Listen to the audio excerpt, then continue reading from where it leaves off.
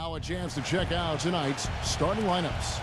First for the Spurs, Parker and Danny Green are your 1 and your 2. And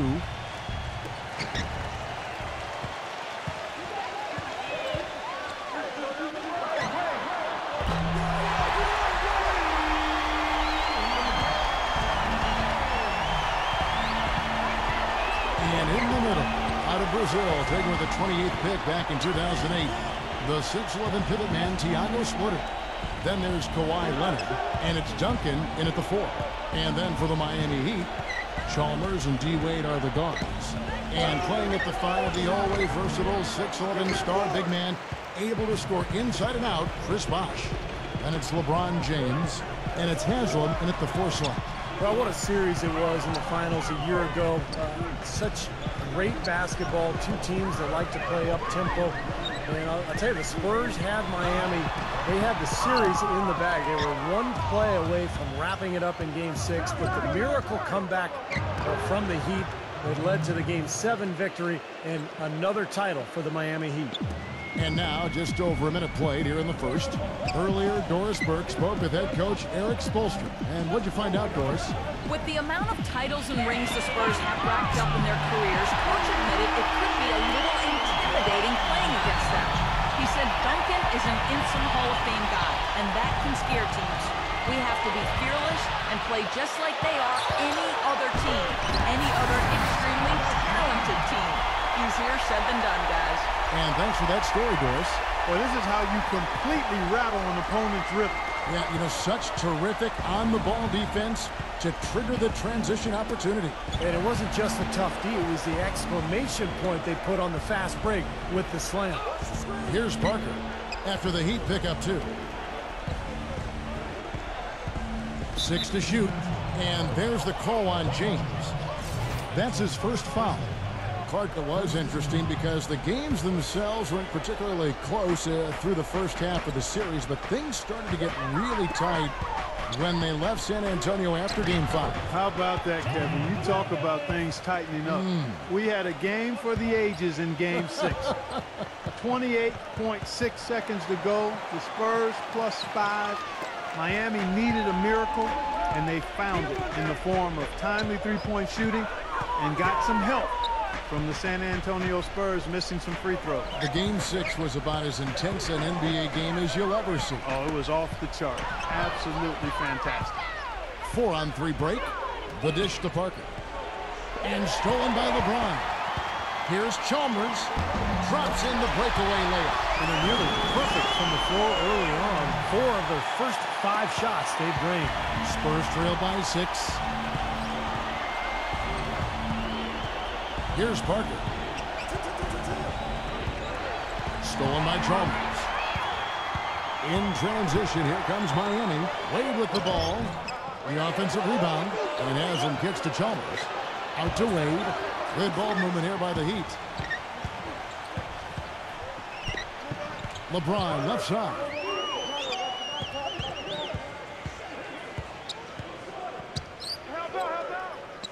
Shot clock at 5. For 3, and again, Miami with the triple. This looks like a pregame shoot-around with all the threes they're allowing. Yeah, I don't know, Park. I think there might be even more defense in warm-ups. I mean, this is kind of embarrassing. Now here's Leonard. He hasn't scored yet. That, I'm sure, will change. Duncan, he's guarded by Haslam.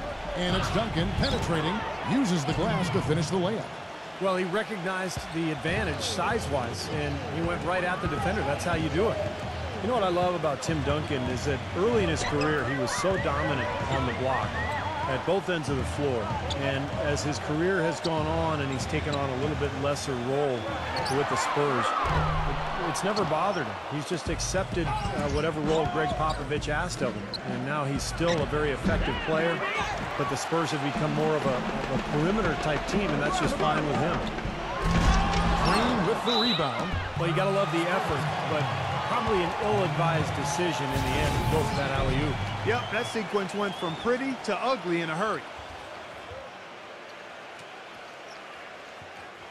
So San Antonio going with an almost entirely new group here. Chris Anderson has checked in for Bosh. Battier comes in for LeBron. Ray Allen, he's checked in for Dwayne Wade. And it's Norris Cole in for Mario Chalmers. Parker kicks to Bellinelli. Back to Parker. They set the pick.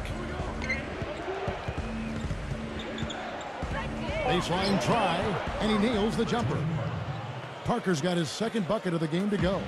Steve, you're talking about Tim Duncan accepting a changing role as time goes on. And, you know, what can be a challenge, you think, Clark, for a guy like that when he has to grow into different positions over the course of his career? Well, for Tim Duncan, I don't think it was hard at all because it's all about winning for him. It's not about the numbers as long as he contributes to winning, and that makes him happy. So he adjusted, but it wasn't a big deal for him. Talking about Chris Anderson, guys, the Birdman. We weren't sure if he was going to be able to fly last season, but he did latch on with a very good Miami Heat team who was in need of some help rebounding, which is his strength. He still can do that and block shots as well. And Miami making a change here. James is checked in. Here's Bellinelli.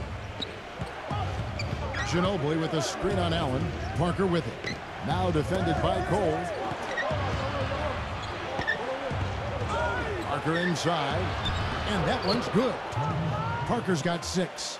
And the Birdman, a fan favorite from his days in Denver. The tattoos, his kinetic style of play, certainly drawing attention. Well, he's an athletic presence inside at both ends of the floor. Defensively, he can slide his feet and block shots. And offensively, he's a guy who kind of hangs out on the weak side and finishes plays by catching and dunking. Here's Bellinelli, and he was fouled in the act of shooting. A chance here now for a three-point play. What a play. The hoop plus the harm. Excellent concentration on the finish. That's big time. And he'll be shooting his first free throw of the game here. And that one falls for Bellinelli. 23 seconds left to play in the first quarter. The Heat leading by 5. And here is LeBron. 9 points in the game so far. Leads him in there. Here's Cole. Good, and the assist goes to LeBron. Here it is again. On a lot of their possessions this first half, they've established great position inside. Yeah, getting the ball into the post should be their first option every time down. Force the defense to adapt and adjust. The basket's coming early. And your guys' take on scoring so far for the Heat. Well, I'll tell you what, they must have had a good shoot-around because they've been fantastic from long range so far, fellas. And I like the physical play we're seeing, too, because this is a club that's really pounding the paint area and scoring inside. And let's catch up with our sideline reporter, Doris Burke. Doris, over to you. Well, gentlemen, head coach Eric Spoelstra of the Miami Heat finally getting the respect he deserves now with their multiple championships. But his players, not afraid to rib him a little. Dwayne Wade said Spoelstra's favorite word, focus. He said, here's what it sounds like to play for my coach. Come on, guys, we have to focus. Next game. Come on, guys, it's about focus. Game 82. Guys, it's about focus. Kevin, it's all about that consistent message, right? A steady hand, Doris. The players seem to really appreciate it. And they doubling up with LeBron. Cole, the pass to LeBron. No good on the 3. Spurs trail by 5. You know, a big part of why the Spurs were so good last season, guys, was that they were able to finish games strong. You think a group of vets might run out of gas, but the opposite was true with this group. They turned it up down the stretch and were one of the most productive teams in the league in terms of fourth quarter points. And there's the pass to Cole. Kicks to Bosch. Gets it to go. Bosch has got his first 2 points. You know, he'll make you scratch your head and throw your hands up as a defender. I mean, you just don't know how to play. Well, Clark, a big part of why the Spurs were so good last year in the fourth was because they have so many options when possessions, you know, Steve, start getting critical and the game is tight. Well, no question. You've got Parker to create off the dribble. You can always throw it into the low post to Duncan. But on top of that, you've got a roster full of guys who understand how to play the game and know how to play each other. Just the experience that this group has gained together over the years, I think, allows them to execute under pressure. Now, let's see if that triggers another explosion from, remember, he hit 3 3-pointers in the first quarter. Passes it to Ginobili. Trying to answer back, but that 3 is off the mark. The Heat leading by 8. Second quarter of play with around 2 minutes gone so far. Wade dishes to LeBron. That falls. Nice feed that time from Dwayne Wade. And that's 15 points for LeBron.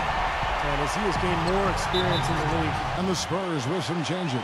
Duncan comes in for Boris Diaw. And it's Green in for Manu Ginobili.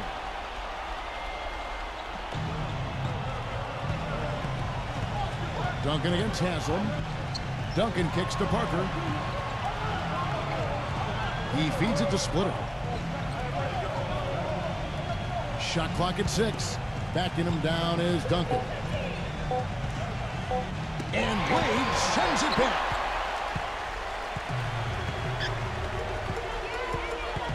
He dishes it to Allen.